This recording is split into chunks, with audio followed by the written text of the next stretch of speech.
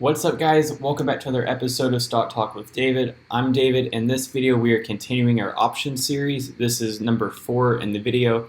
If you guys have not seen the other ones, please be sure to check those out. I think if you watch those, what I'm getting ready to talk about now just really builds off of those, and you get a very good understanding of options.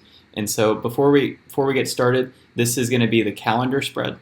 And the calendar spread, in my opinion, is probably like one of the most underrated options strategies out there, and really because one, the cost basis for it is low, so what you're actually laying out for the trade is a bit lower, and then secondly, it gives you a lot of flexibility that you can have in the trade because your cost basis is so low, and then once different things happen to the trade, and I'll talk about those in a moment, then you're really able to start kind of engineering these and being pretty smart and creative of how you get your view on. So I think the calendar spread is probably the most conservative, but it's also the most flexible. So it really works out for you there.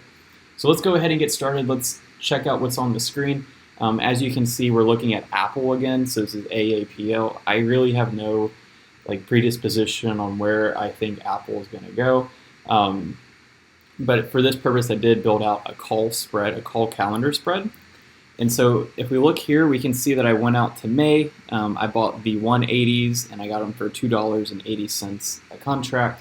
And then what I did is I actually added a short option, a short leg to this trade. And so I'm actually shorting the 180 call. So you'll notice the strike price stays the same, but the expiration date is maybe about a month from now.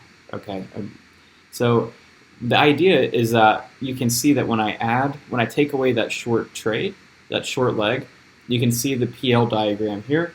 And when I add it, we kind of get this like peak, right?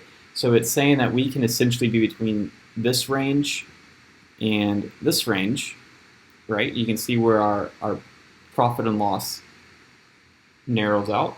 But it's actually the strongest right at that 180 strike price. So it's really saying we can stay between this range and we can actually stand to make some money, right?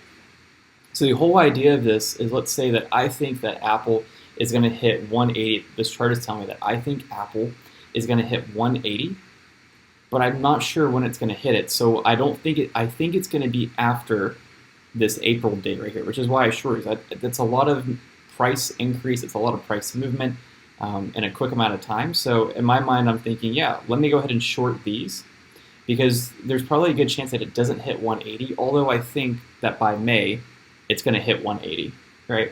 So I know that can be a little bit confusing to explain, so if you guys need more clarity, let me know in the comments down below. So let's assume that, okay, we have hit April, we've hit April, our call expired out of the money, we kept the full 70 cents that we brought in off of the credit. That's a good thing. Our cash register was ringing. And let's say that we're still pretty bullish on Apple. So what I might do then is I could do one of two things. I could go back to my options chain and I could select a date. I could go to these Aprils and I could sell another call, right? I could sell another call at 180, and the pricing is going to be different by that, but you get the idea. I could sell that other call. Or I could go full on. If you remember in our previous video, we talked about debit spreads.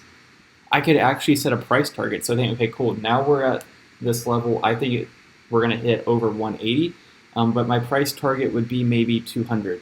So then I would add that leg in on the trade. So I could add that leg back into the trade, and now I would have essentially a debit spread to where my cost basis is even lower. So I'd go from that 280, so I made 210, and I would just subtract 44 cents off of that. And that would give me a pretty low spend for a pretty bullish anticipation of the stock price, right? A bullish thesis for the stock. So guys, that's the end of this video. I hope you guys enjoyed it. Let me know what videos you want next, either in the option series or if you want a brand new series. My next one is going to be on technical analysis. We're going to go through maybe 4 or 5 parts on that.